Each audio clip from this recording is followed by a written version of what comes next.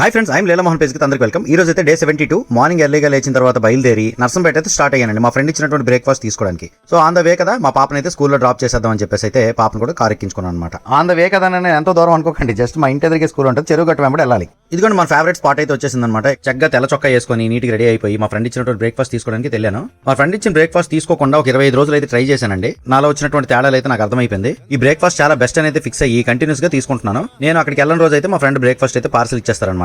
Breakfast తీసుకొని return అయితే ఊరొచ్చేస్తానండి. So Jammu దగ్గర అయితే రమేష్ ఫోమ్ వాష్ సెంటర్ అని ఉంటుంది. ఇక్కడైతే చాలా బాగా వాష్ చేస్తారండి కార్లు. ఇంజిన్ డీజిల్ వాష్ అయితే చేశారండి. అలాగే వీల్స్ కూడా డీజిల్ అయితే స్ప్రే చేశారనమాట. ఫస్ట్ డీజిల్ స్ప్రే చేసి తర్వాత అయితే వాష్ చేస్తారు. సో ఈ విధంగా మొత్తం ఫోమ్ వాష్ అయితే చేశారండి. కారు దగ్గర మెరిసిపోతుంది కదా. ఇంటీరియర్స్ కూడా చూసారు కదా, భలే ఉంది. సో ఈ బ్యూటిఫుల్ కార్ అయితే సేల్ కి పెట్టాను. మంచి ప్రైస్ అయితే ఇచ్చేస్తాను. ఒకవేళ కావాలనుకుంటే స్క్రీన్ మీద నెంబర్ అయితే వాట్సాప్ చేయండి. ఇంకా అక్కడ నుంచి అయితే ఇంటికి వచ్చేస్తానండి. ఎన్ఆర్ కార్బన్ 9 పోస్టింగ్ కోసం అని చెప్పేసి బుల్లెట్ వేసుకొని నేను మా వైఫ్ అయితే జల్మూరు వచ్చాం పోస్ట్ ఆఫీస్ కి. ఇంకా అక్కడ నుంచి జంక్షన్ వచ్చిన తర్వాత మురళి స్వీట్ షాప్ దగ్గర అయితే సమోసాలు కొన్నాను. ఇంటికి వచ్చిన తర్వాత లంచ్ లోకి అయితే రైస్, పొటల్స్, బంగాళదుంప, దొండకాయ ఫ్రై, ముల్లంగి ఫ్రై అయితే చేసింది మా ఆవిడ. తర్వాత దోస ఆవకాయ అయితే చేసామండి. దోస ఆవకాయ భలే వచ్చింది అసలు. ఇక పప్పుచారుతో లంచ్ అయితే ముగించాం అనమాట. మధ్యాహ్నం వీడియో ఎడిటింగ్ చేసి కాసేపు రెస్ట్ తీసుకొని సాయంత్రం రోడ్డుకి వచ్చిన తర్వాత మన జగదీష్ గారు కలిసారు. ఆయన నేను కలిపి కాఫీ షాప్ కి వెళ్ళి కాఫీ అయితే తాగాం అనమాట. ఇంకా అక్కడ నుంచి ఇంటికి వచ్చిన తర్వాత నైట్ డిన్నర్ లో చపాతీ, క్యాలీఫ్లవర్, టమాటా కర్రీ అయితే తీసుకున్నాను. ఇక నైట్ డిన్నర్ కంప్లీట్ అయిపోయిన తర్వాత నేను మా పాప కలిపి అలాగే రోడ్డు మీద షికార్ కొట్టాము. పెట్రోల్ బంక్ వెళ్ళి అయితే బండి ఫ్యూల్ అప్ చేయించాను. ఫ్యూల్ అప్ తో పాటు ఎన్ఆర్ ఫ్యూల్ సేవర్ అయితే వేస్తానండి. ఈ ఎన్ఆర్ ఫ్యూల్ సేవర్ బెనిఫిట్స్ ఏంటంటే ఫస్ట్ మైలేజ్ పెరుగుద్ది, రెండోది ఏంటంటే ఒక వారం పాటు బండి ఇంటి దగ్గర విడిచిపెట్టి వెళ్ళిపోతాను. మనం వేస్తుంది E20 పెట్రోల్ కదండి.